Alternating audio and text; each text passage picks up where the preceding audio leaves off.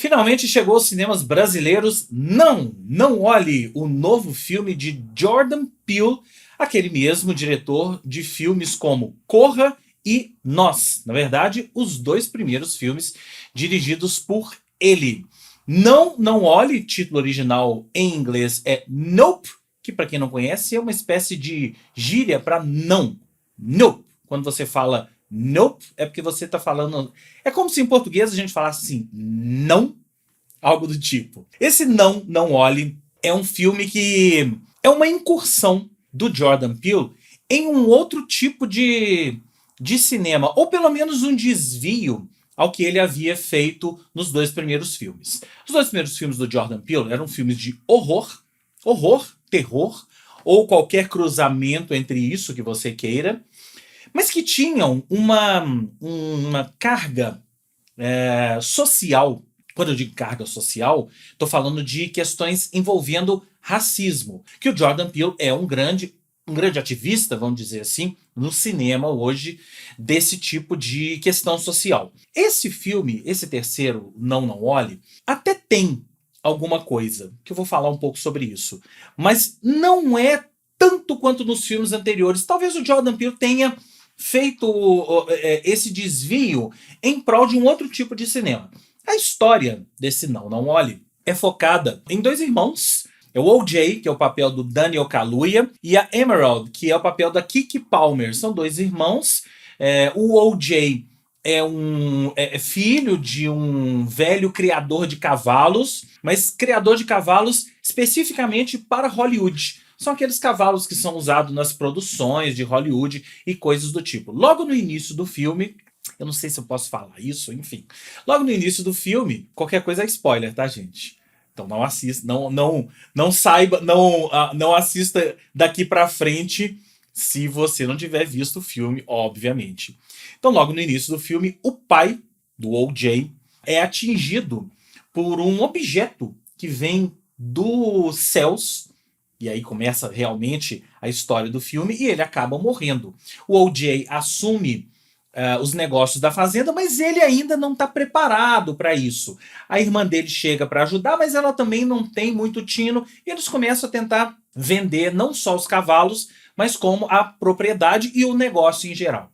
Paralelo a isso, tem um outro personagem que é o personagem do Steve Yeun. Ele é um ex-ator mirim que sobreviveu, e aí tem uma outra história paralela que vai caminhando, que sobreviveu a um ataque de um macaco, é isso mesmo, na década de 90, quando ele era ator mirim de uma sitcom. Teve um momento lá na gravação de um dos episódios da sitcom que o macaco se enfureceu e saiu matando todo o elenco e ele é o único sobrevivente. Anos e anos depois, né, 20 anos depois, ele agora é uma pessoa que vive não desse passado, mas tenta tirar algum proveito disso com uma espécie de circo no interior dos Estados Unidos, ali próximo da fazenda do personagem do Daniel Kaluuya, do O.J. E eles acabam fazendo um certo negócio. O O.J. vende um cavalo para ele e eles acabam criando uma relação meio estranha ali. Paralelo a isso, tem a grande trama do filme. Eu estou explicando isso tudo para vocês entenderem o contexto dos personagens. Paralelo a isso, tem a grande trama do filme que, em determinado momento, o O.J., as pessoas começam a perceber que nos céus ali daquela região dos Estados Unidos começam a aparecer discos voadores. É isso mesmo, estamos falando aqui de filmes de disco voador e é por isso que eu disse que é o desvio do Jordan Peele em relação aos outros filmes. Aqui, o Jordan Peele se propõe a fazer um filme de entretenimento e uma espécie de homenagem, não só a esses filmes como Contatos Imediatos do Terceiro Grau, ou mais recentemente, se vocês quiserem, o Super 8, que é o filme do J.J. Abrams com produção do Spielberg. Spielberg é uma grande referência para esse filme do Jordan Peele, e eles começam a perceber que existe essa nave no céu que, teoricamente, é o que teria sido responsável pela morte do pai do O.J. lá atrás. Numa daquelas coisas inexplicáveis, que um filme como esse não precisa muito de explicação, não é, gente? Basta você entrar na do filme e ser levado pelo entretenimento. Às vezes a gente fica procurando muita coisa nos subtextos do filme. Mas eu acho que, se você procurar, você pode até achar qual é a relação, por exemplo, dessa história paralela do macaco, da sitcom, do menino, que é o personagem do Steve mais novo. Qual é a relação disso com a história principal? Tem relação? Não tem relação? Você pode procurar essa relação. Mas o que o Jordan Peele está interessado em fazer nesse filme, e não à toa o filme estreou nas férias de verão, é entretenimento. É cinema de entretenimento. Inclusive veja na maior tela que você puder, tá? Porque é realmente um filme para você prestar atenção em detalhes da trama que aparecem para você, muito bem filmados pelo Jordan Peele.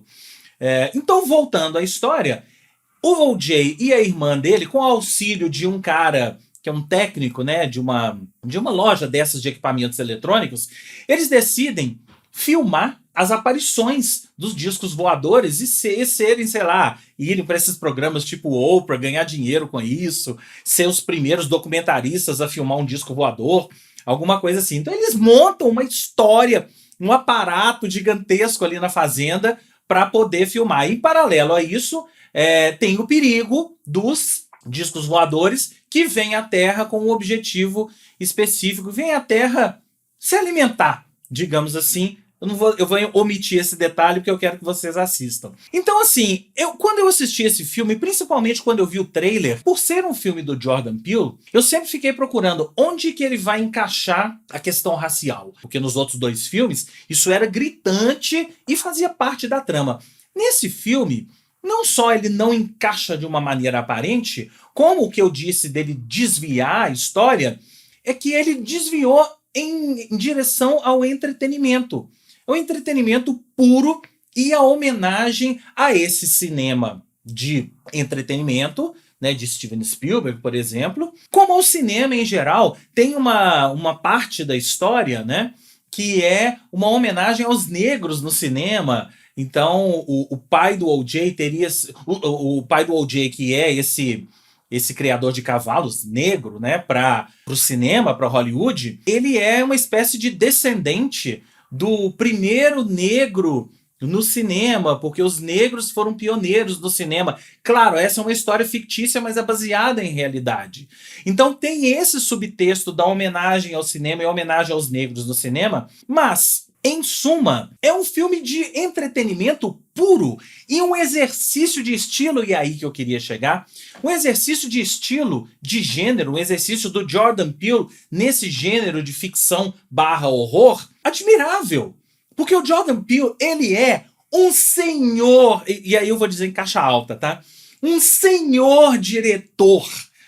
E nesse filme, eu acho que até mais do que os outros dois, ele mostra que é esse senhor diretor. Ele cria cenas de suspense a partir do quase nada, como só os grandes diretores conseguem. O Jordan Peele, para quem não sabe, vem do humor e ele se descobriu diretor como diretor de filme de suspense e horror, né? Eu acho que os dois outros filmes dele até tinham mais a questão do horror. Aqui é o suspense pelo suspense e o suspense misturado com a ficção científica. E a ficção científica não precisa muito de explicação. Por que aqueles alienígenas estão aqui na Terra? Por que os alienígenas vêm se alimentar de coisas na Terra? Não vou dizer exatamente o que é. Por quê? Por que isso tudo está acontecendo?